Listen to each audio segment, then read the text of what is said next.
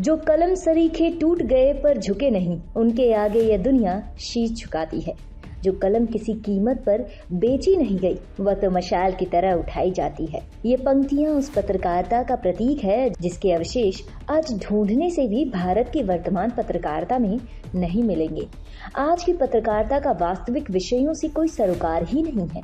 लेकिन एक समय ऐसा भी था जब पत्रकार एक सशक्त राष्ट्र के लिए अपना सर्वस्व अर्पण करने को भी तैयार थे और राष्ट्र निर्माण के लिए सब कुछ अर्पण करने को तैयार थे। आज ही के दिन एक ऐसे पत्रकार का जन्म हुआ जिसने राष्ट्र की स्वतंत्रता के लिए अपना सर्वस्व अर्पण किया और जिसने दो राष्ट्र नायकों के व्यक्तित्व को विकसित भी किया, परंतु उनके अभूतपूर्व योगदान से आज भी संपूर्ण राष्ट्र अपरिचित है, अनभिज्ञ है। ये कहानी है प्रखर राष्ट्रवादी साहित्यकार एवं पत्रकार गणेश शंकर श्रीवास्तव की, जिन्हें हम गणेश शंकर विद्यार्थी के नाम से भी जानते हैं।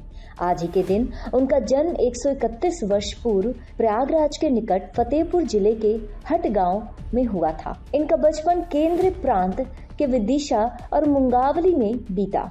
गणेश शंकर विद्यार्थी भले ही निर्धन परिवार से आते थे, परंतु साहित्य में उनकी विशेष रुचि थी।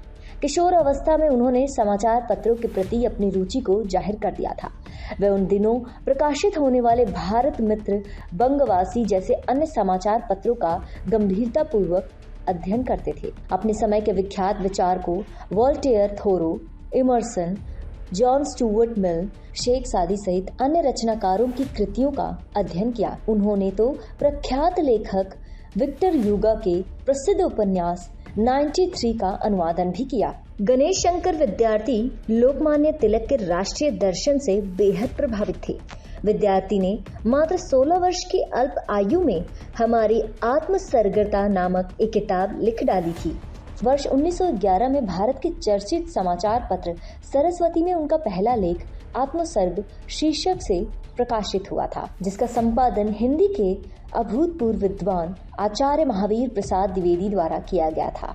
ये द्विवेदी के व्यक्तित्व एवं विचारों से प्रभावित होकर पत्रकारिता के क्षेत्र में आए। द्विवेदी के सानिध्य में सरस्वती में काम करते हुए उन्होंने साहित्यिक सांस्कृतिक सरोकारों के प्रति अपना रुझान बढ़ाया। इसके साथ ही वे महामना पंडित मदन मोहन मालवीय के पत्र अभ्युदय से भी जुड़ गए।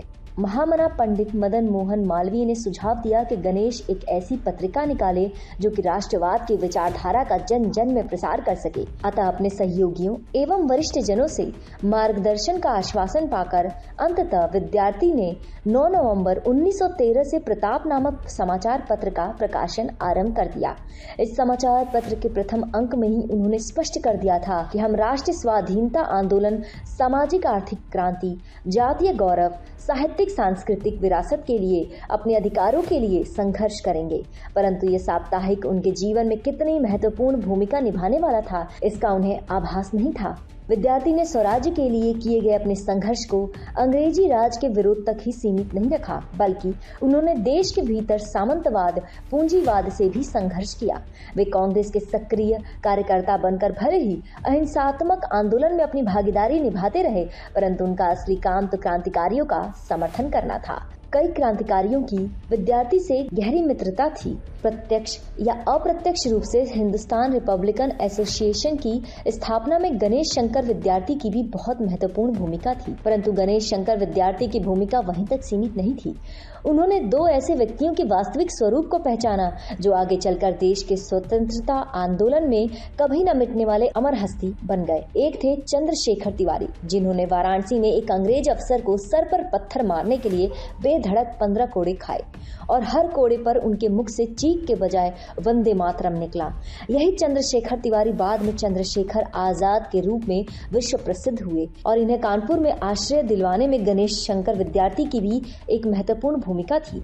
इसके अलावा एक और किशोर थे जो राष्ट्रवाद की ज्योति में ऐसे रमे थे कि वे मात्र 17 वर्ष की आयु में अपना घर बार त्याग कर लाहौर से कानपुर आ गए थे। तब इन्हीं गणेश शंकर विद्यार्थी के प्रताप प्रेस में उस नव नव युवक ने बलवंत उपनाम से कई राष्ट्रवादी लेख लिखे और ये गणेश शंकर विद्यार्थी ही थे जिन्होंने उस नव युवक के अंदर के क्रांतिकारी को पल्लवित पोषित किया। ये कोई और नहीं, इस देश के सबसे प्रखर क्रांतिकारियों में से एक सरदार भगत सिंह थे, जिनके बलिदान और राष्ट्रभक्ति की भावना को आज भी कोई अनदेखा नहीं कर सकता। परंतु पत्रकारिता और क्रांति के इस ओजस्वी प्रतीक को कट्टरपंथ के विषैले नाग ने लील लिया। 23 मार्च 1931 को जब देर शाम लाहौर के सेंट्रल जेल में भगत सिंह, सुखदेव और राजगुरु को फांसी दी गई तो देश भर में व्यापक विरोध प्रदर्शन शुरू हुए। परंतु कानपुर समेत कई जगह विरोध के नाम पर कट्टरपंथी मुसलमानों ने दंगे भड़का दिए।